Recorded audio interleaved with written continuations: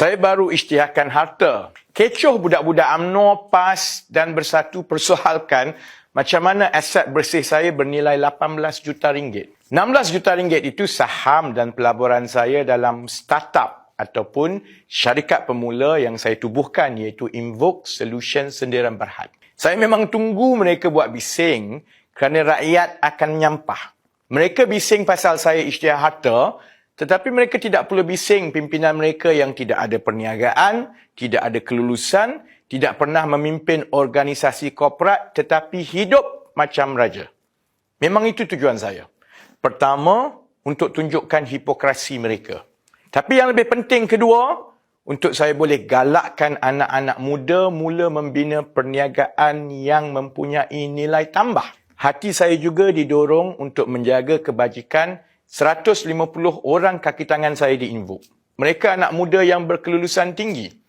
30% mendapat straight A's semasa SPM dan banyak ijazah kelas pertama dari universiti terkenal di seluruh dunia termasuk Cambridge, Oxford, Cornell, UCL dan banyak lagi. Umur mereka antara 22 hingga 27 tahun. 70% Melayu dan 30% bukan Melayu. Mereka ada kepakaran dalam bidang teknologi, terutamanya bidang-bidang yang menjadi tulang belakang ekonomi digital, iaitu sains data, kejuruteraan perisian, pemasaran digital dan seni kreatif digital. Semua simpanan saya dari tabung haji dan ASB yang saya kumpul semasa muda, saya laburkan sebagai saham permulaan dalam Invoke sebanyak 2.5 juta secara beransur-ansur sejak 2016. Mana saya kumpul 2.5 juta tunai masa muda?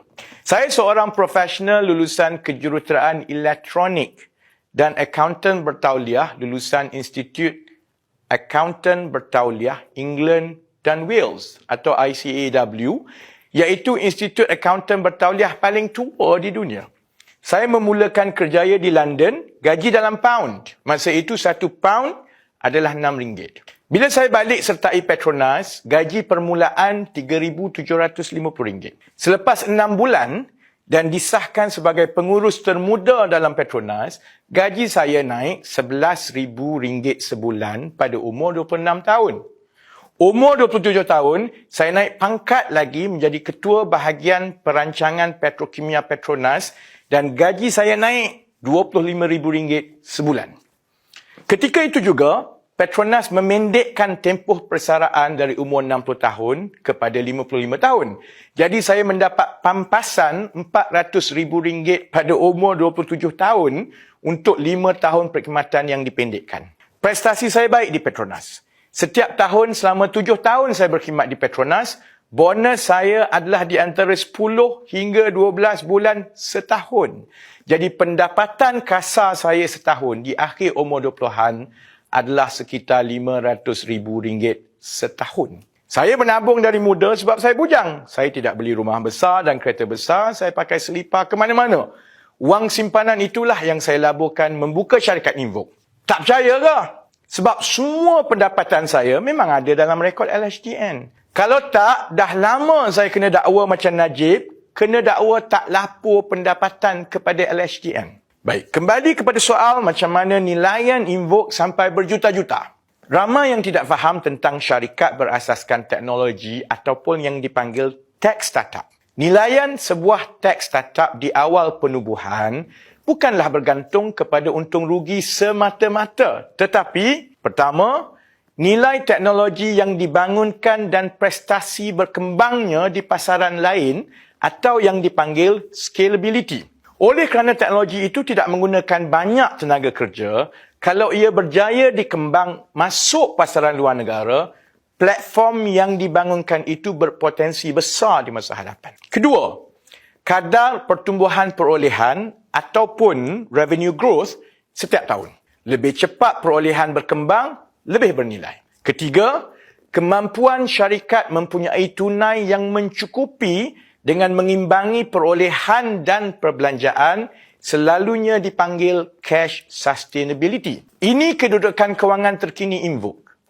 Purata pertumbuhan perolehan tahunan 2019 ke 2022, 90% berkembang setiap tahun. Keuntungan syarikat, Untung di peringkat syarikat setiap tahun iaitu RM507,000 untuk 2020, RM653,000 untuk 2021 dan dijangka 1.5 juta untuk 2022.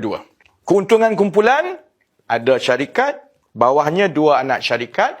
2 anak syarikat yang membangunkan platform teknologi masih belum untung, tetapi kerugian kumpulan secara keseluruhan semakin mengecil setiap tahun. Kedudukan tunai dijangka mencukupi sehingga 2 tahun lagi tanpa perlu menerbitkan saham baru. Bagaimana pula syarikat yang untung hanya RM0,5 juta setahun boleh dinilai lebih tinggi dari itu? Ada beberapa cara nilaian syarikat dibuat. Cara paling mudah ialah berdasarkan nilai aset bersih. Tetapi ini cara kuno kerana tidak mengambil kira potensi masa depan. Untuk mengambil kira potensi masa depan, perkali ataupun revenue multiplier digunakan untuk menilai syarikat berasaskan potensi berkembangnya perolehan dan keuntungan di masa depan. Untuk tech startup seperti Invoke dengan prestasi pertumbuhan yang dicapai setakat ini, selalunya perkali adalah di antara 7 hingga 10 kali dari perolehan tahunan. Ini kaedah piawai yang digunakan di seluruh dunia oleh syarikat-syarikat venture capitalist yang melabu.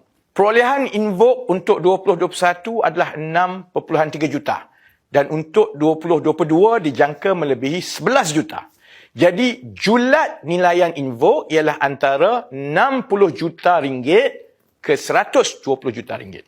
Ini bukan saya pandai-pandai cakap. Ini adalah nilaian rasmi oleh Cradle, sebuah agensi kerajaan yang memantau pertumbuhan startup di negara ini. Kalau tidak percaya, tengok nilaian rasmi di laman www.mystartup.gov.my.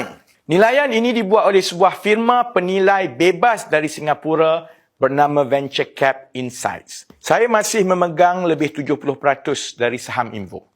Tapi untuk tujuan isytihar harta, saya gunakan kaedah nilaian yang paling rendah, iaitu nilai aset bersih sebanyak 17 juta. Dari 17 juta ringgit itu, 11 juta adalah pelaburan yang membeli saham-saham Invoke dari 2019 hingga 2022. Kenapa pelabur tempatan dan antarabangsa beli saham Invoke? Kerana potensi untuk Invoke disenaraikan di pasaran saham di masa hadapan yang membolehkan mereka mendapat pulangan besar bila saham-saham Invoke mula dijual beli orang ramai. Kenapa saya cerita semua ini? Kerana saya nak yakinkan anak-anak muda Malaysia bahawa ini jalan masa depan kita. Anak muda Malaysia sangat berbakat, pandai dan berkebolehan. Anak-anak muda di Invoke telah membawa syarikat hingga ke nilaian berpuluh-puluh juta dalam masa 2 tahun. Bila Invoke disenaraikan, mereka semua ada saham masing-masing dan mereka boleh hidup selesa di masa muda. Syaratnya kena pandai, kena kreatif, kena usaha, kena berani dan kena jujur. Masa depan kita ialah ekonomi digital supaya mudah dikembangkan di rantau Asia Tenggara dan seluruh dunia. Visi saya ingin menaikkan ekonomi digital supaya lebih ramai usahawan tech Malaysia yang menghasilkan produk-produk digital terbaik di dunia. Anda ingat UMNO, PAS, Bersatu faham semua ini? Mereka hanya tahu jalan sakar wang untuk kaya. Sebab itu, sampai sekarang mereka belum isytihar harta.